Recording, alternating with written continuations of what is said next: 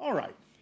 So it's a thrill, actually, to be with an audience that understands the problems of OCR, where I don't have to explain what OCR is, and people who actually believe that analyzing material, getting information off of the printed or written page is a non-trivial task and not already done by Google Books. And I want to talk about the significance of OCR and why it really matters. And I really want to focus, if you remember nothing else of what I say, sort of the takeaway, there are three basic changes. And I think this is going to be reinforcing much of what you've heard and what you will hear today. The first, there's a transformation of the scale of questions that we can pose. And this is both in breadth and depth. And breadth, scanning through ideas across millions of documents, many languages, but depth also in that we can look at something like the text, heavily studied text of Shakespeare or of Aeschylus, and see connections and ideas that were not visible before. To some extent, this corresponds to computational and corpus linguistics and their applications to the humanities. Second, what we see, and again, a major theme, but one that cannot be emphasized too strongly, are the rise of student researchers and citizen scholars. And these figures play a critical role in the world today because there's simply too much data out there, even with clever systems, and even for this small number of advanced researchers and library professionals. We cannot, and you know better than anyone, you as a community, process everything at our disposal, everything already available with professional tasks, people alone. And the third change, is globalization. And here I'll return to this. But Europe, is complicated enough. How many languages? How many official languages in Europe do you have now? I always lose track. 20 something? More than you can learn. India, I believe, has more than 20 official languages. Also, they have 4 official classical languages. Dealing with cultural heritage is now a global activity. I'll return to this, but basically there are too many questions and too many categories of information for us to draw solely upon the usual suspects in Europe, North America, Australia, and so on. We need to have change the networks of communication. All right, now I'm going to talk today quickly. I'm going to blow through a number of slides. I hope nobody gets whiplash. With the results for a particular project, particular activity, which was funded under the Digging into Data project, and we just finished up. But it's the issue of creating dynamic variorum editions. And lots of thanks to various people. Did Alistair show up today, Alistair Dunning? Not yet. Oh, well. But I think creating a dynamic variorum is one of the grand challenges that you face when you're looking at very large collections and thinking about what you would do with OCR.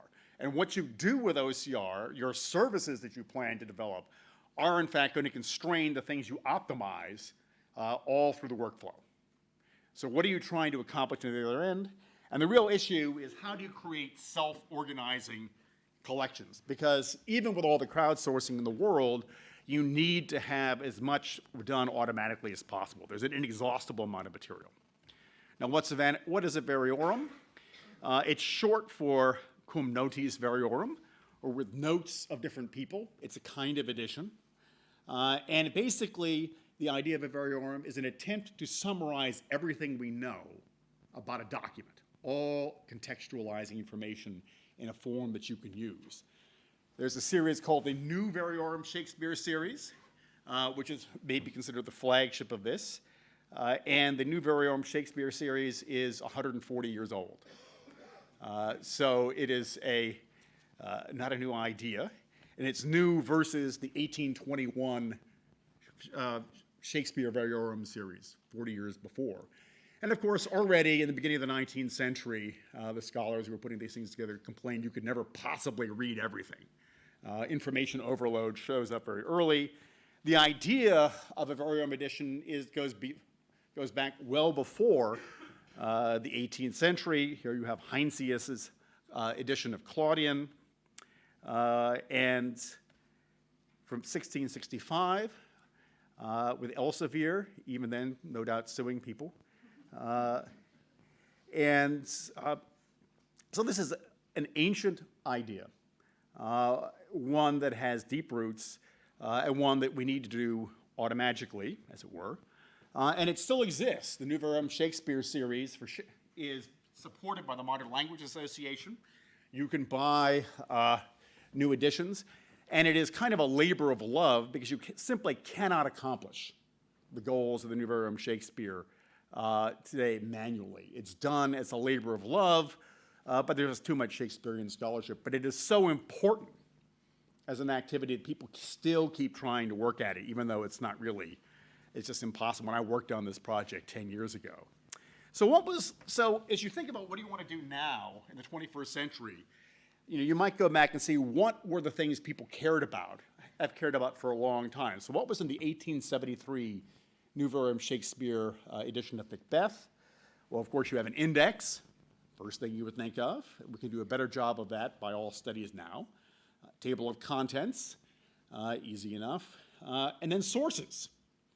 So how would you, if you're looking at a document, what are the sources that lie behind it? Can you detect those automatically? Because often, if you're dealing with Shakespeare, people have done a lot of work. If you're looking at an 18th century pamphlet on a particular subject, its sources may not be documented. Probably no one has studied this. And you need to be able to find as much as you possibly can. You're looking also for versions of this, so sources, things previous to what you're looking at, and then you want to see what happens to this. How does this get reused? And there are various versions of this. And you're looking for general topics. What are the ideas in a document?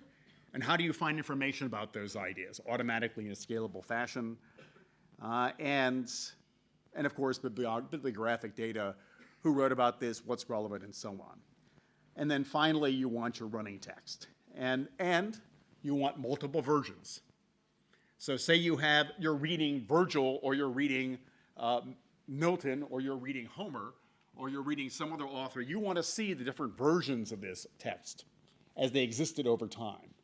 Even if the words of the text are relatively stable, you want to be able to compare the version people were looking at in the 16th century, the 17th century, the 18th century, because that was the artifact upon which their work depended that shaped their ideas. How do you assemble these automatically? How do you find and organize all the versions of a popular work over time? And then, of course, you want lots of annotations. You want to have lots of explanatory annotations of various kinds. Now, this is not a new problem in the digital world. Back 20 years ago at Brown, they were working on this in the Intermedia project, one of the early hypertextual projects. One of the things I always regret was I was not on the hypertext edit or program committee in 1991. For some reason or other, I didn't raise my hand that year, so I was not able to reject the World Wide Web paper that came in and was rejected from Hypertext 1991 because, of course, it was not as sophisticated as other systems, all of which have died. One of the things to bear in mind from the World Wide Web, just as I go through, is that the smartest system doesn't always win. The most useful system wins, which may be much more practical. And so this is one system that did not survive, but was wonderful at the time. And so the problem, again, it's not feasible to summarize scholarship on any major canonical author by manual means. That was bad in 1665, and in 1905, it was a lot worse. It's a lot worse today. Put another way, you organize, you give someone physical access to a document that you've OCR'd, then what? They're looking at it, so what? How do you let them actually get intellectual access? That is a very different thing. Okay. And Shakespeare's, of course, and this is a European project, so I don't have to make this case as forcefully as I do on the other side of the Atlantic, where everybody speaks English, don't they? go into the Sheraton in Beijing and they speak English. What's the problem? But Shakespeare is the easy case. What we need to think about now is the fact that we have digitized versions of writing, of language for the full preserved range of human speech. 4,000 years of the human record is available in some measure in digital form. And the challenge is to get meaning out of that. The challenge is to work not just with the 7,000 or so languages that exist today, which is quite a challenge, but even for the 400 languages represented in significant form within Google Books that represent major elements of preserved cultural heritage. We have 500 years of English for Shakespeare. That's a nice test case. It's easy for that reason. But if you deal with something like the Greco-Roman world, and I'm officially a classicist, though sometimes my dean wonders, I'm also have an appointment in computer science, and they made me chair of my department just so they could figure out what I was doing. But the Greco-Roman world is quite extensive, and we need to, it goes from Rabat to Kandahar, and we need to deal with things like papyrus. Again, this is beyond current OCR technology, but it has to be, the results of this data have to be integrated in. We have Greek into Arabic. One of the things I emphasize these days is you wouldn't be here in this room were it not for scholars in Baghdad, in Cairo, in Andalus, who took Greek learning and translated it into Arabic and created something new. Aristotle and Euclid re-entered Europe via translation from Arabic into Latin in the early medieval period. And so how do you deal with this whole range of sources? You have the return of Greek sources in 1500. How are people doing on Greek OCR here? I wish I was here yesterday so I could have asked for it. Aren't you guys Europeans? Isn't this your cultural heritage? I'm sure this is high up in your impact. Sorry, we go for the useful. Yeah, this is here. That's my colleague Bruce Robertson working on it. Come on, guys, you're supposed to be leading the Americans in this. This is, we're the ones who are pragmatic. You're the ones who are supposed to have culture. Okay, so, we're the Philistines. After all. So I'm going to talk, where do we stand in some of these things? And I'm going to talk mainly about the stuff in red. And this is the work for several colleagues of mine.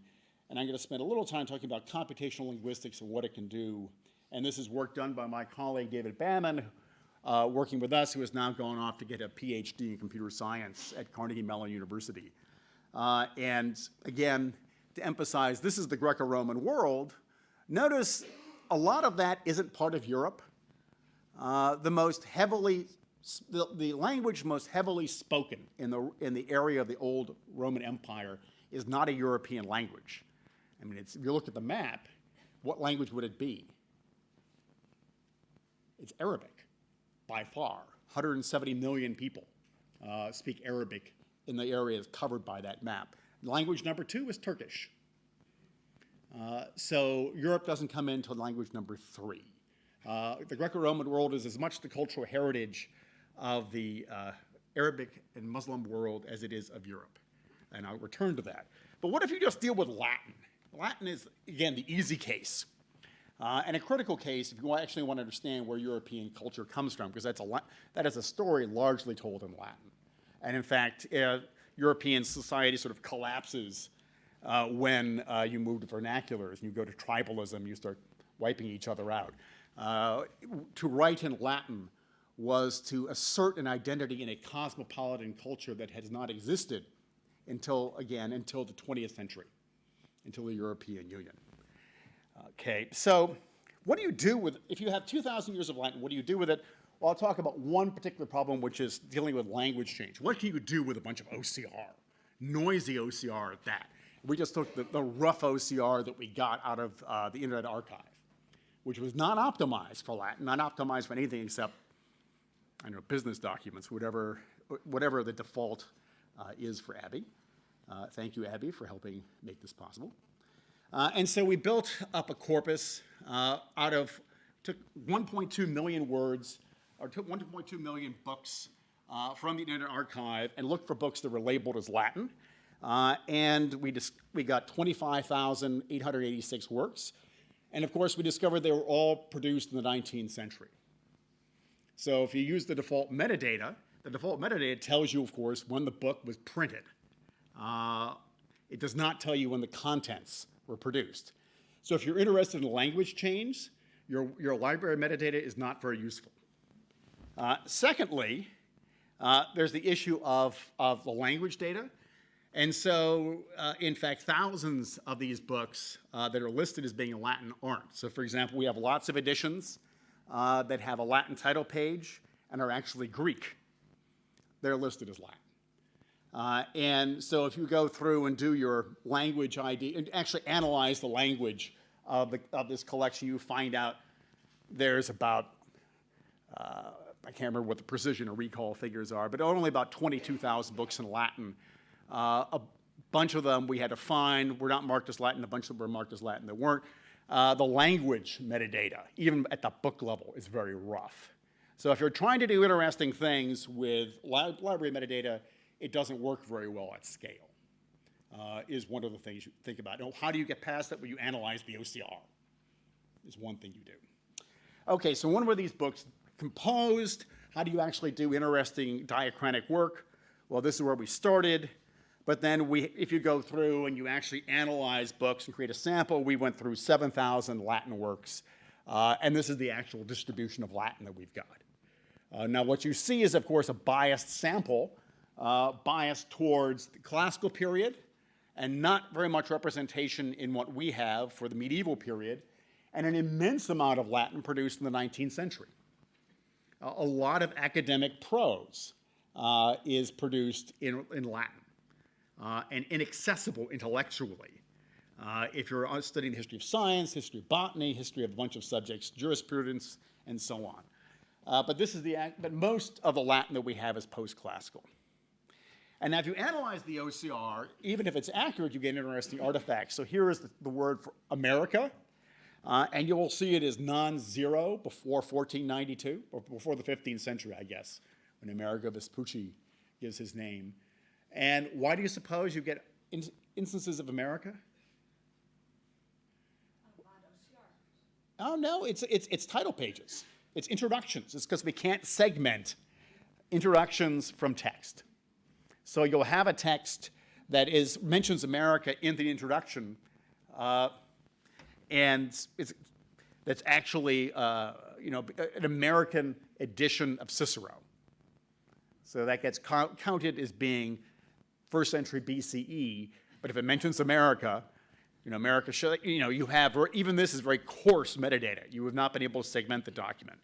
And you can look at, of course, at this point, given the data, when you organize things as much as this, you can start looking for things like the rise and fall of particular words.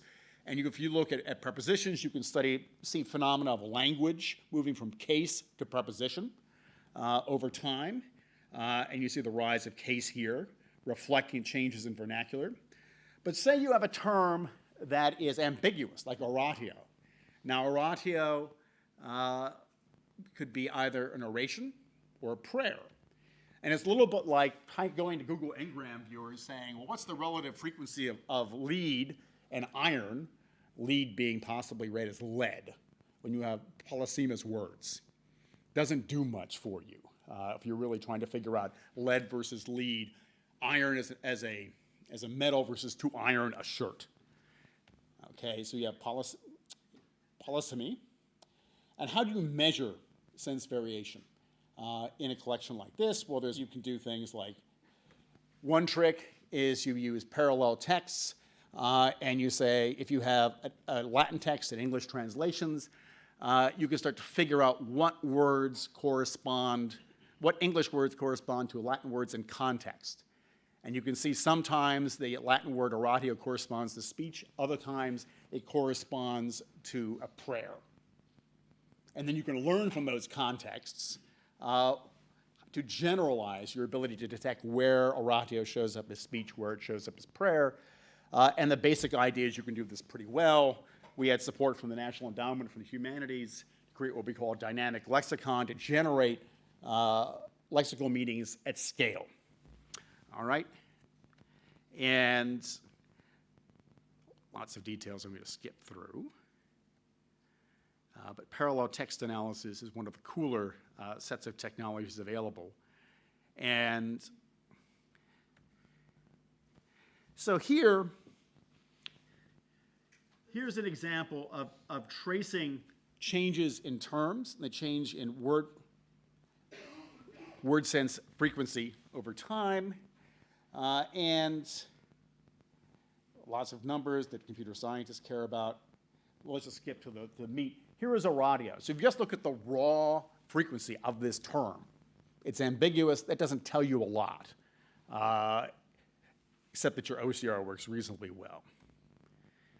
But if you apply a number of one or more machine learning techniques, which I won't go into here, you can actually distinguish quite accurately the different uses. Now, if you think about oratio, speech versus prayer, that's a really important distinction. Because when oratio means speech, you have humanism. You have secular contexts. When oratio means prayer, you're looking at church Latin, or you're looking at a different kind of social context. So we're able to see here in this visualization, the higher dotted line is the absolute frequency of the word oratio, but the deep blue below represents that percentage of this overall frequency composed of where the word corresponds to prayer in English, and the light blue corresponds to or shows how often at any given time it corresponds to speech. And in this you can see the explosion of humanism at the end of the graph.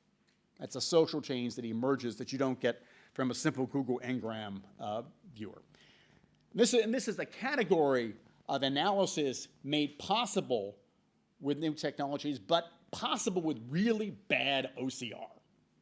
This is not cleaned up. This is very uneven. You know better than me what happens when you've got 17th century Latin coming out the other end.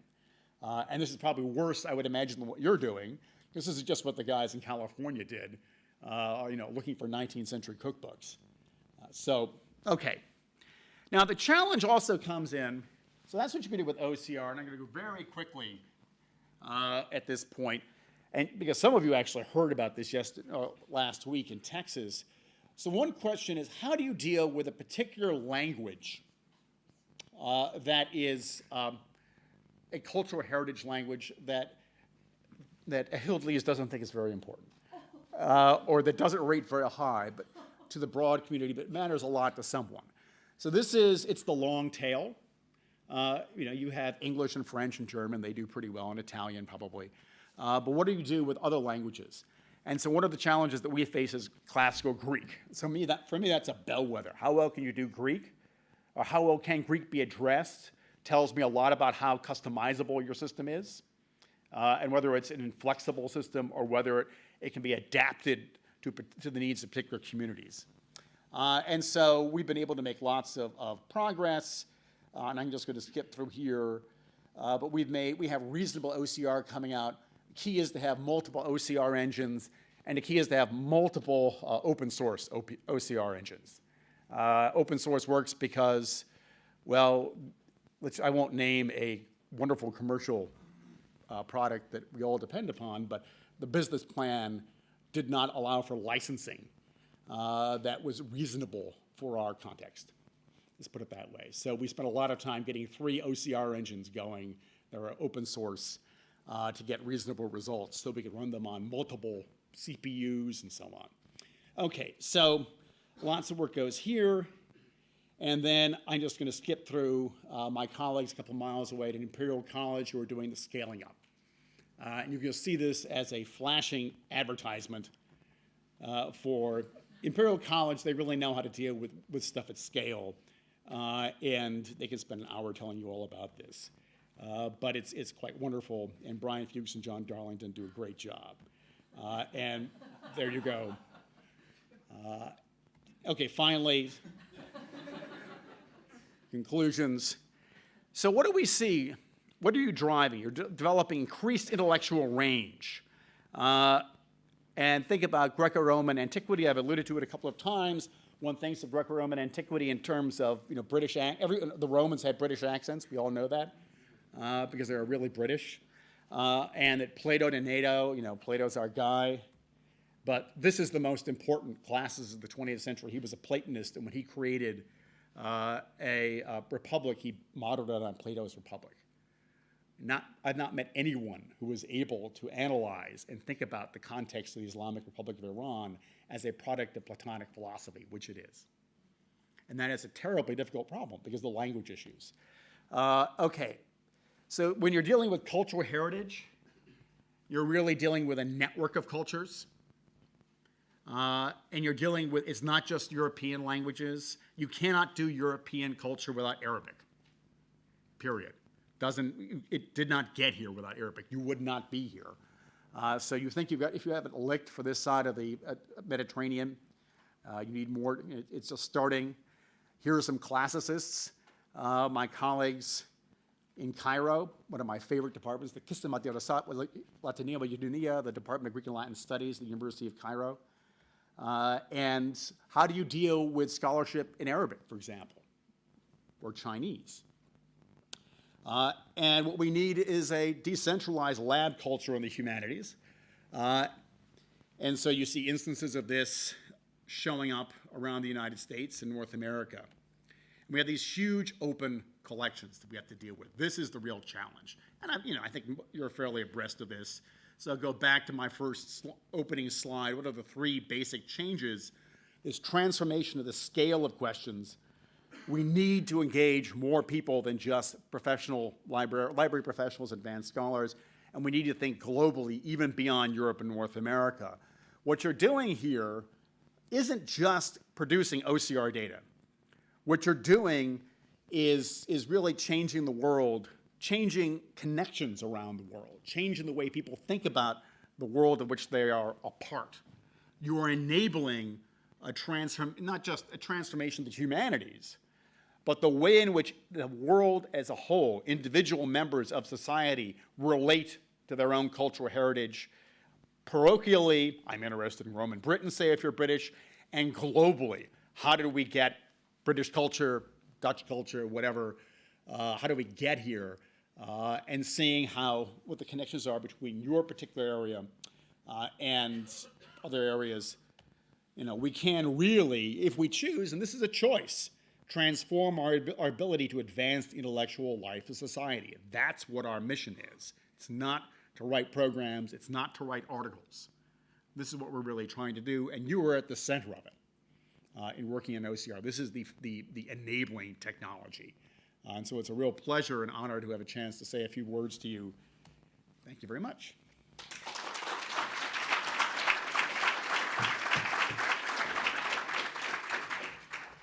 Thank you so much. There is not much time for questions, but we could take one. You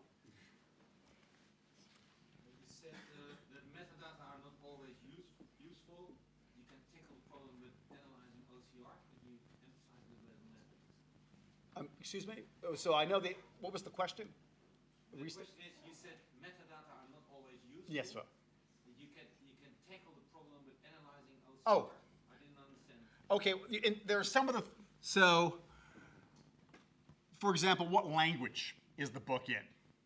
It's easier, you're better off taking the OCR output if it's usable at all, and this assumes some level of accuracy of the OCR output. You're better off running a language identifier, a language classifier on the contents of a book than you are looking at the library metadata saying what language that book is in.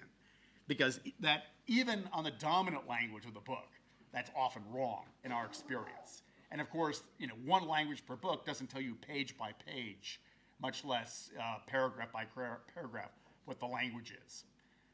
Likewise, I'm a big believer in named entity identification, finding people and places and dates, as telling you a lot about what's going on in a document, as opposed to, that you couldn't get from a conventional library metadata record, which is not, I don't want to dismiss, those of you who spent your lives doing library metadata, I don't want to say bad things about it in the ideal case. But there are limitations of that, and there are things we learn from OCR output that you can't get from that. Okay. Well, thank you very much, Greg, if I may call you Greg. And just to say, we are excited that on the basis of what we've done in Impact, we also may now tackle Greek and Latin. We have discussed this a lot. But mind you, we have developed technology for 9 European languages, which was hard enough on its own, I must say. But of course we are aware of this, but it was really inspiring to hear you speak of what you will do with what we can create. And I hope we will collaborate in the future on this. Thank you very much.